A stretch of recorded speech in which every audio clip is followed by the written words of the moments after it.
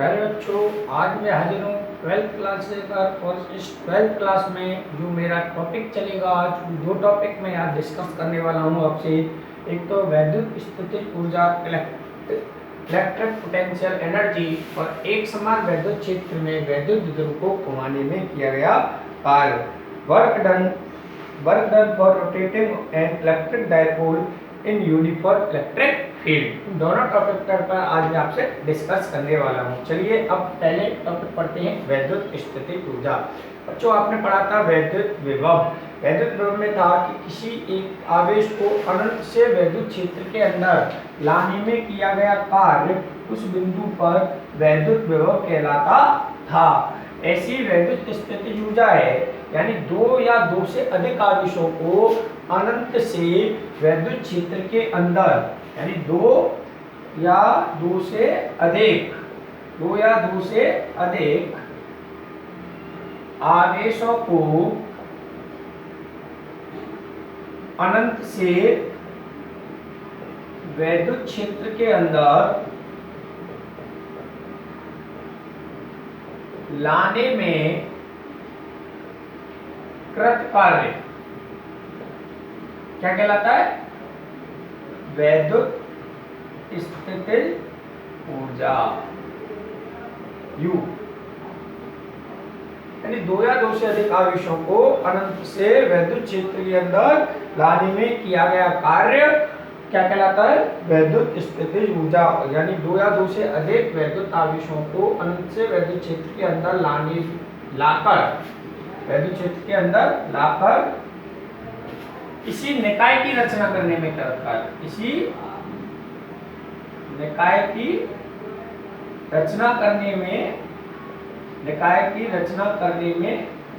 कृत कार्य जो होगा वो वैद्युत स्थितिज ऊर्जा कहलाता है। इसे U से प्रदर्शित करते हैं।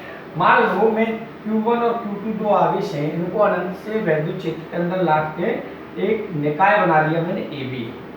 इस निकाय के वैद्युत स्थितिज ऊर्जा कैसे ज्ञात करेंगे?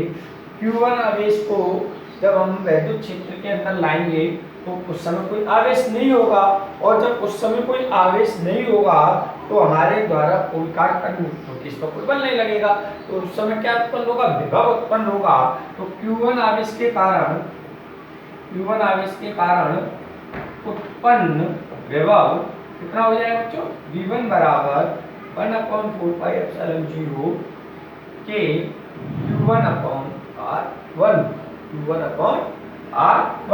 ओके।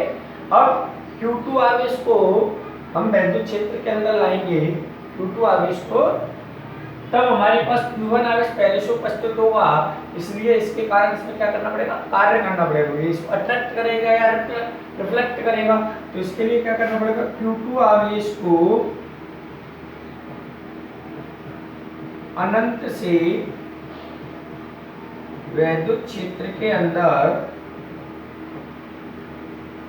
लाने में कृत कार्य क्या होगा? W बराबर V1 Q2, W बराबर 1/4πε0 के Q1/R1 और ये Q2। ये कृत कार्य मेरा क्या कहलाता है? वैद्युत स्थितिज ऊर्जा। ये कृत कार्य क्या कहलाता है? वैद्युत स्थितिज ऊर्जा।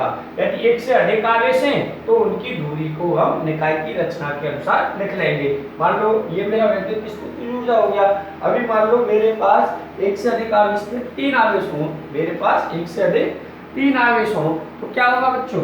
मान लो तीन आवेश कैसे ला रहा हूं मैं, यानी एक से अधिक आवेश हो, इन्हीं आवेशों को मैं कैसे ला के इस प्रकार निकाय की रचना करता हूँ।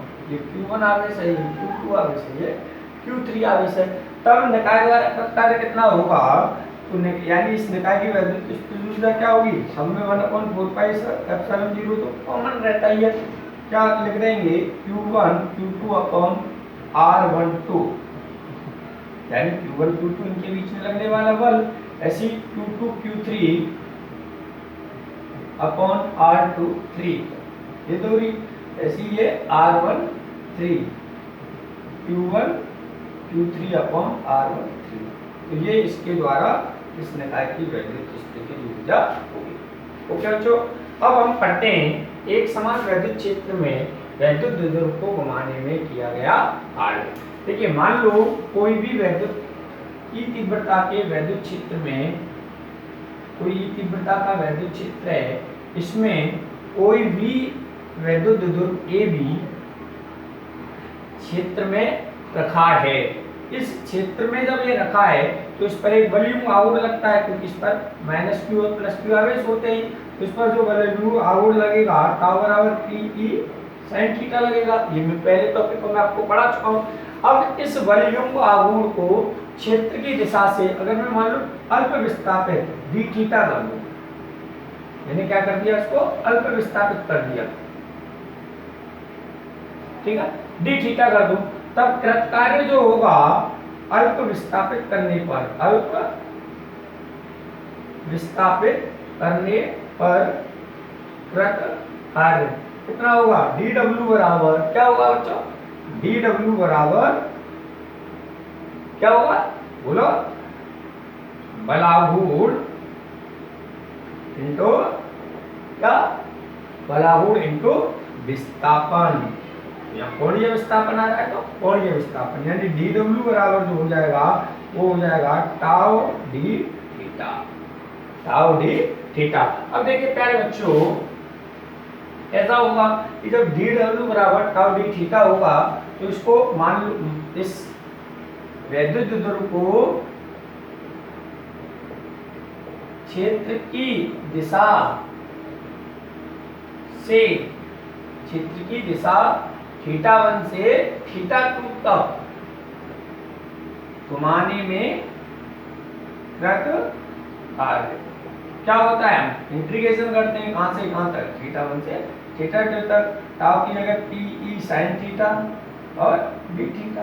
अब ये इसका समाकलन होगा, P का तो होगा नहीं, P लिख लेंगे, θ1 से θ2 sin थीटा d थीटा। अब आपको पता है sin थीटा का क्या समाकलन होता है, माइनस cos थीटा, आपने पढ़ रखा है मैथमेटिक्स में और आपको मैंने ये सिस्टम पहले भी बताया है। तो इसमें देखिए अब upper limit minus lower limit रखते हैं, तो cos θ2 माइनस cos θ1, माइनस का अंदर अगर मैं मल्टीप्लिकेशन कर दूंगा तो cos θ1 माइनस cos θ2। ये हो गया किसी वैद्युत द्विध्रुव को क्षेत्र में घुमाने में किया गया कार्य।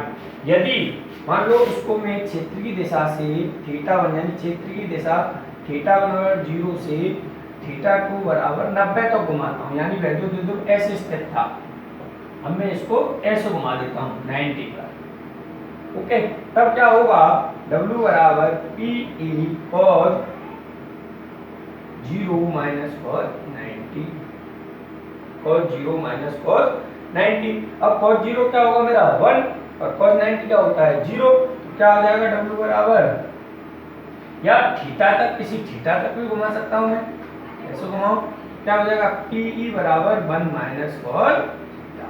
ये भी मेरा निकाय द्वारा कृत कार्य होगा, ये मेरा। अब 90 तक घुमाऊंगा तो टाउ W बराबर माइनस P हो जाएगा, 180 घुमाऊंगा तो थीटा की वैल्यू रखता जाऊंगा, उतना मैं उसमें रखता जाऊंगा।